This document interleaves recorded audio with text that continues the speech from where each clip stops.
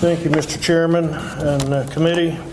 For the record, Senator Jay Wasson, representing the people of the 20th Senate District, to introduce Senate Bill 1116. Try to give you some idea about why I guess I'm doing this. I went to a Southern Legislative Conference in Georgia last summer, and one of the main topics down there of those southern states was their job development programs. And I mean, almost every one of them, it's not exactly reinventing the wheel. One of them did, and the others have all pretty much copied it. Louisiana, Mississippi, Alabama, Tennessee, Georgia, North Carolina, all of them down in that area have basically a very similar job development program. And they were talking very highly of them, and so I started listening and you know, in the back of my mind thinking what we could do to get more like what they're doing down there. I at the same time visited a new plant that was built just outside of Savannah, Gulfstream airplanes, 5,000 jobs, and you know, went and talked to the people at Gulfstream, and the things that I picked up, they were extremely, they would not have built in Georgia without their job training program. The day they cut the ribbon and opened that plant, 5,000 people walked in there and immediately started making airplanes. Every one of them was trained on the machine they were going to be operating. They had done it through a lot of their community schools, but also they had the flexibility of some of that job training money actually going to the company HR department for doing their own training. They did the training as well as the community colleges.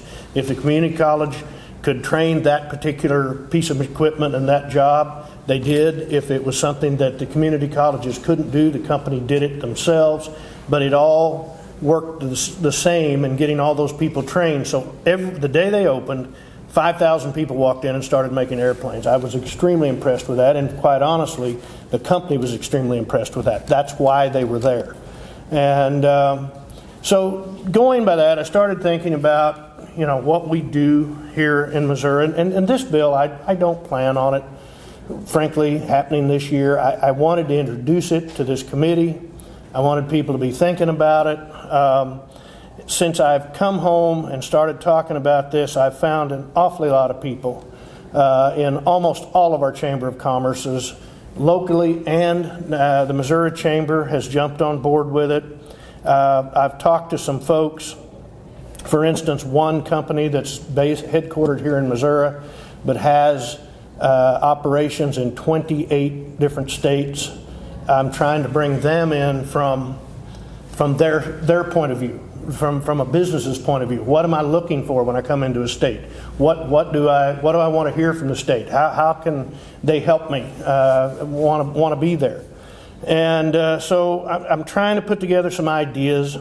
One of the main things that I heard down there was a single point of entry. At least that's what I call it. And what that means is if a company comes to Missouri looking to put a plant here or a business, as it is today, you might have to go to a half a dozen different departments or more trying to get what you need done. And in a lot of cases here in Missouri, I think it's a little hard to figure out what the paperwork needs to be. In fact, I keep hearing that from business people.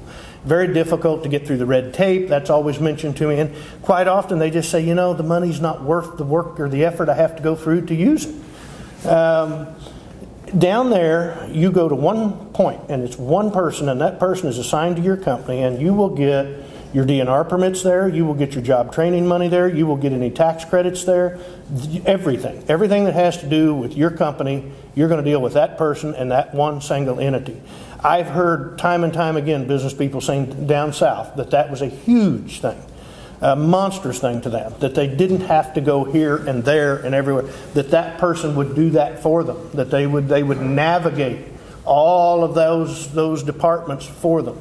That's something I think a real key. Basically, what we want to do is try to streamline this thing. We have the apparatus to do a lot of this. I think what happens is a select few companies may get some of this. A lot of the other companies don't even know what's available. It's hard in Missouri to find out exactly what you can get, what's even available to a company.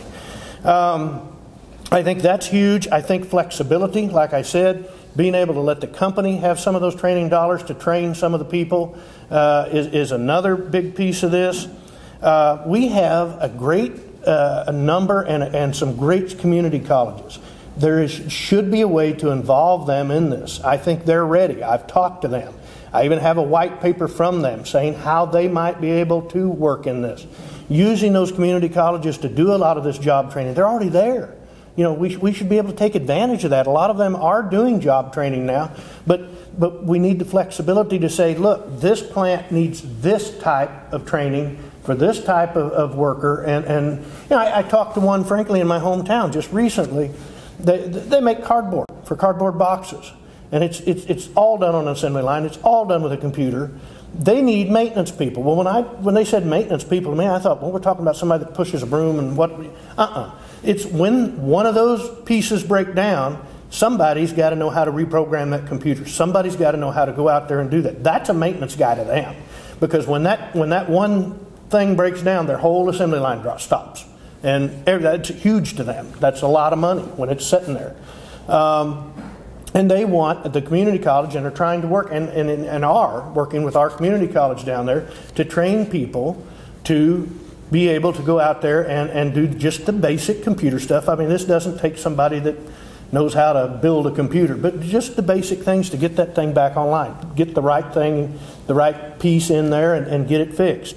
Those are the kind of things. In talking about that, there's really kind of two things and two pots of money here. One is for companies that want to come into here, or maybe a company that is expanding that's already here, and that's one pot of money. Another pot of money's for some of you that are close to my age. You may remember a thing called VOTEC when we were going to school.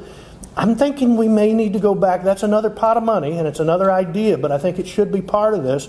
Some of these kids don't need 4-year degrees. They need job training in something like that computer work.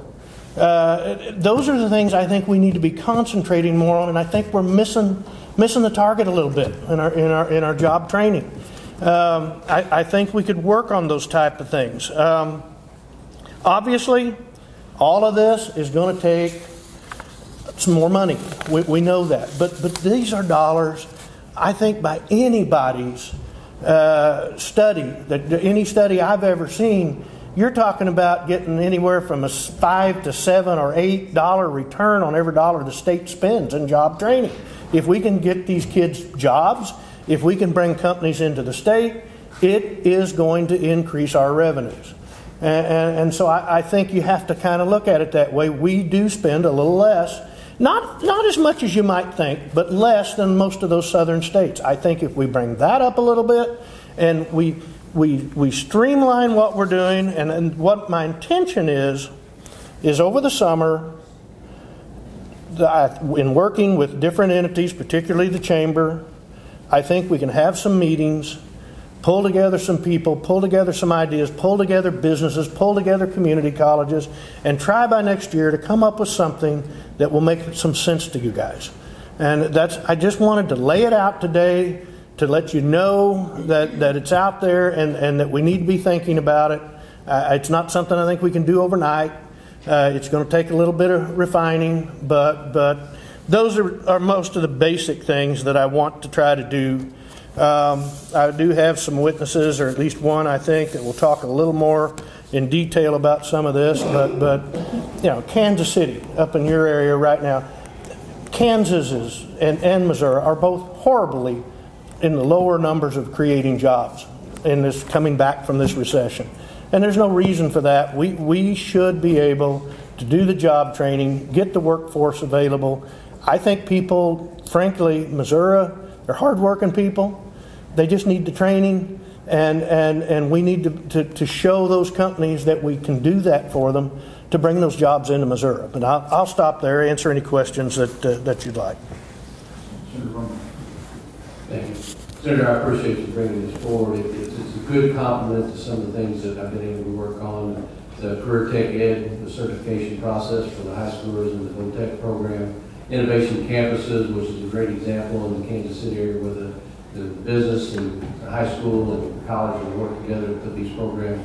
But what this would do would enhance that and give it a little bit more study time and build upon some of the things we're already working on. You're exactly right, Senator, and you'll hear more about this from my witness, I think, but there's a difference in us doing something and expecting them to come to it and listening to them and saying, what jobs do you need us to train for? I think there's a huge difference there, and I think that's maybe where we have a little gap right now.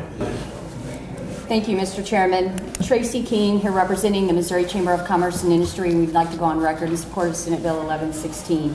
I want to first thank Senator Wasson for his leadership and vision on this issue, and we've been visiting with Senator Wasson regarding Missouri Chamber's 15-year strategic plan that we've been working on for the last year, and we did a couple of things as we started developing the plan. And the first thing we did is we started looking at where Missouri ranks in comparative to other states, and I have a few stats that I want to throw out.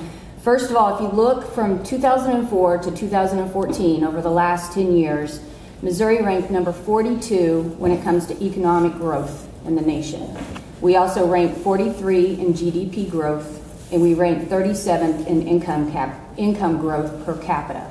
And just yesterday, we got the jobs report out, and it doesn't look any more promising. If you look from January of 2015 to January of 2016, Missouri did 9th worst in the nation with only 0.5% growth. So we have a problem, and we need to do something about it. The other thing we did as part of our strategic plan is we surveyed over 1,000 CEOs and business owners within the state. We worked with site selectors and also leading economic developers around the country. And we put together a plan. But when we surveyed the CEOs, we asked them about availability of workforce, and only 44% of the business owners in the state are satisfied with the workforce availability that we have. And as we go around and talk to our members, we're hearing the same thing. We hear that workforce is a major concern for employers, and it's either we don't have somebody who has the technical skills to run a machine or to do the welding, or that they don't have the soft skills needed to hold a job. And so we're very concerned about that. We are losing jobs to other states who have learned and streamlined some of their workforce and economic development programs. And if we're going to compete, we're going to have to come up with an aggressive approach in order to meet the needs and the demands of the employment community. We believe that we can do two things. First, streamline the workforce and economic development programs, but also we have to look at coming up with reorganizing a new delivery system. And that's what Senator Wasson alluded to just a few minutes ago. And when we do that, there's a few attributes I think we need. He hit on very well the single point of contact and why that's important. The other thing that we need to do when it comes to workforce, though, is we need to be demand-driven when we come to workforce. And that's not what we have today. And the difference between supply and demand-driven is that the focus really right now is on the citizens who are looking for a job. Demand-driven is more looking at employers who are looking for labor. And so when you focus on demand-driven, you're looking at more of a long-term education on how to keep somebody employed versus just trying to find a temporary employment for someone. So if we're going to become demand-driven, we also need a customer-centered approach, and that centered approach should be the business community. Senator Wasson hit on the concierge service that other states have looked into, to where you have one person who kind of tends to be a caseworker for a new employer coming into the state. And also, if you look at some of the southern states that we talked about, one thing that we have that several of them don't is a high-quality, fantastic community college system. So we believe that we have to have a partnership with the community colleges so that they can provide direct training across the state. And we're going to be looking into VOTEC as well. And finally, I think, and just as importantly, this new delivery system must run like a business. It needs to be fast, agile, and it must embrace change. Again, several states have looked at this. There were several the senator named, but if you look at Louisiana, Alabama, Georgia, and North Carolina, they have taken some of these models, and those 4 are the top leading workforce development programs in the nation.